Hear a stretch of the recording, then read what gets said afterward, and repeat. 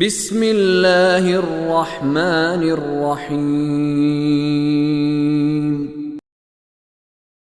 وَلَوْ أَنَّهُمْ آمَنُوا وَاتَّقَوْا لَمَثُوبَةٌ مِّنْ عِندِ اللَّهِ خَيْرٌ لَوْ كَانُوا يَعْلَمُونَ يَا أَيُّهَا الَّذِينَ آمَنُوا لَا تَقُولُوا رَاعِنَا وَقُولُوا انظُرْنَا وَاسْمَعُوا وَلِلْكَافِرِينَ عَذَابٌ أَلِيمٌ ما يود الذين كفروا من أهل الكتاب ولا المشركين أن ينزل عليكم من خير من ربكم والله يختص برحمته من يشاء والله ذو الفضل العظيم ما ننسخ من آية أو ننسها نأتي بخير منها أو مثلها ألم تعلم أن الله على كل شيء قدير ألم تعلم أن الله له ملك السماوات والأرض وما لكم من دون الله من ولي ولا نصير.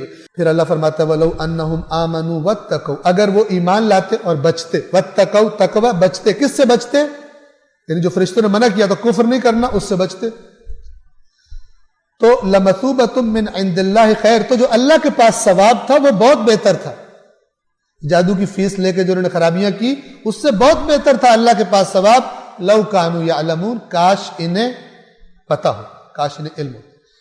یا ایھا الذین آمنوا لا تقولوا راعنا وقولوا انظرنا واسمعوا وللکافرین عذاب علیم.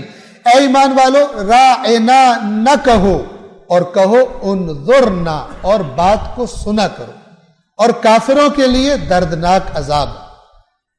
جب رسول اللہ کی محفل ہوتی تھی تو منافقین بھی بیچ میں بیٹھ جاتے تھے اور بعض اوقات وہ یہودی بھی آگے بیٹھ جاتے تھے. مثلا تو جیسے انگلش میں ایک لفظ ہوتا ہے نا ایکسکیوز می، کوئی بندہ بات کرے آپ کہتے ہیں ایکسکیوز می یعنی مجھے سمجھ نہیں آیا، مجھے ذرا دوبارہ بتا دو.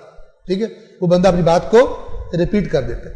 اسی طرح کا ایکسکیوز می کا ٹھیک ہے یہ لفظ تھا راعنا، یعنی لحاظ کیجیے، لحاظ کیجیے. یعنی ایک یہ جملہ تھا اس معاشرے میں جس کا معنی یہ تھا کہ وہ سمجھ جاتا تھا بولنے والا کہ دوبارہ سمجھنا چاہ رہا. تو یہ جو منافق اور یہودی تھے انہوں نے یہ الفاظ بدلنے کے ایکسپرٹ ہوتے، طنز کرنے کے لیے، مذاق اڑانے کے لیے.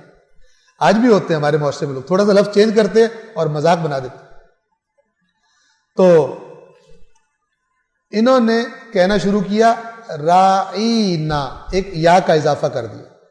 راعینا کا مطلب بدل گیا، اس کا مطلب ہے ہمارے چرواہے. ٹھیک ہے، تو یہ کہتے تھے رائینا پیچھے بیٹھ کر، اور پھر آپس میں ہنستے تھے کہ ہم نے چرواہا بولا. رسول اللہ کو چھیڑتے، اور رسول اللہ ایک زمانے میں چرواہے رہے بھی تھے. بہرحال یہ وہ کرتے تھے ان کو، اور شاید یہ جملہ اس پیشے کو شاید گھٹیا سمجھ کر یہ طنز تھا ان کی طرف سے کہ چرواہا ہمیں دین بتا رہا ہے. نہ کہو رائنا، اللہ نے کہا کہ اب یہ لفظ جو جس کو دشمن استعمال کر رہا ہے اس لفظ کو چھوڑ دو، دوسرا لفظ استعمال کرو انظرنا، تاکہ یہ جو خباثت کر رہے ہیں یہ نہ ہو سکے.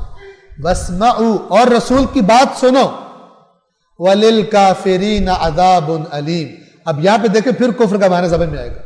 یعنی یہ آیت میں ہم جو بات کہہ رہے ہیں کہ اس لفظ کو چھوڑ دو کیونکہ اس لفظ میں اب بیماری آ گئی ہے، اس کو مس یوز کیا جا رہا ہے، غلط استعمال کیا جا رہا ہے. تم لفظ کو چینج کر دو اور رسول کی بات کو سنو. اس کو نہ ماننے والوں کے لیے دردناک عذاب ہے. یہ ہے کافرین کا معنی. ما یود الذین کفروا من اہل الکتاب ولا المشرکین ان ینزل علیکم من خیر من ربکم.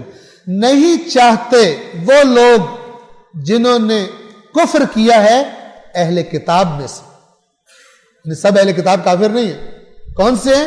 جنہوں نے اس پیغام کو ماننے سے انکار کر دیا. وہ نہیں چاہتے.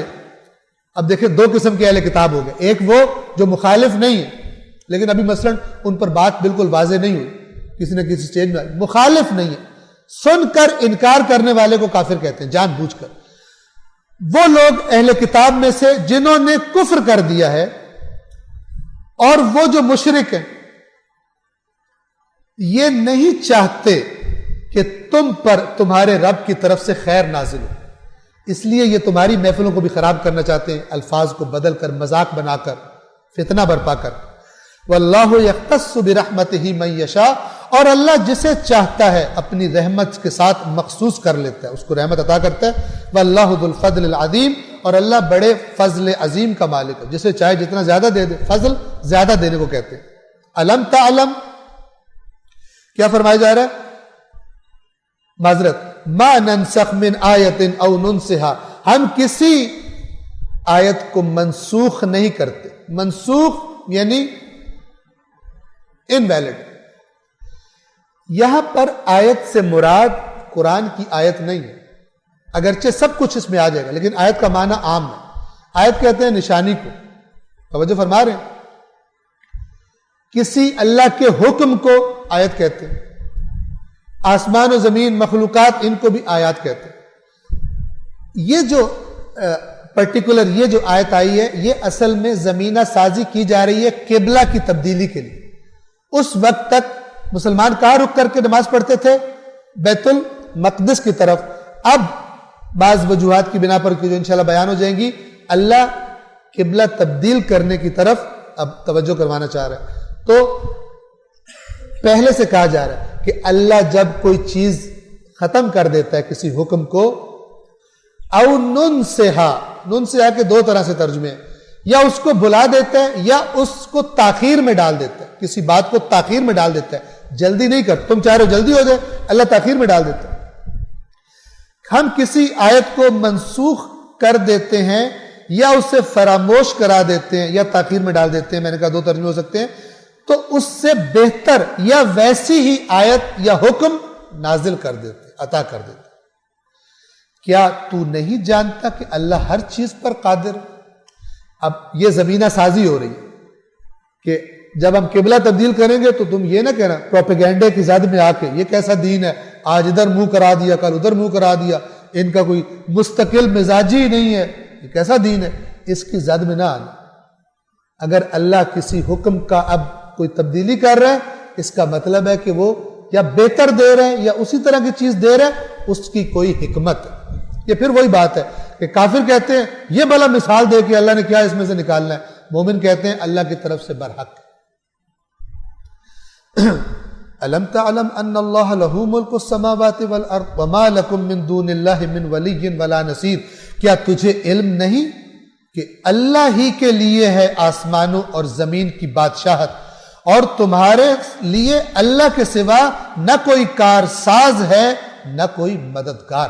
یعنی اگر اللہ کے تم مخالفت میں آ جاؤ گے پھر کوئی ایسا نہیں ہے کہ تم کہو کہ ہمیں وہ بچا لے گا۔ اللہ کے مقابلے میں نہ تمہاری کارسازی کرے گا کوئی، نہ اللہ کے مقابلے میں تمہاری کوئی آ کر مدد کر سکتا ہے۔ صدق اللہ العلی العظیم۔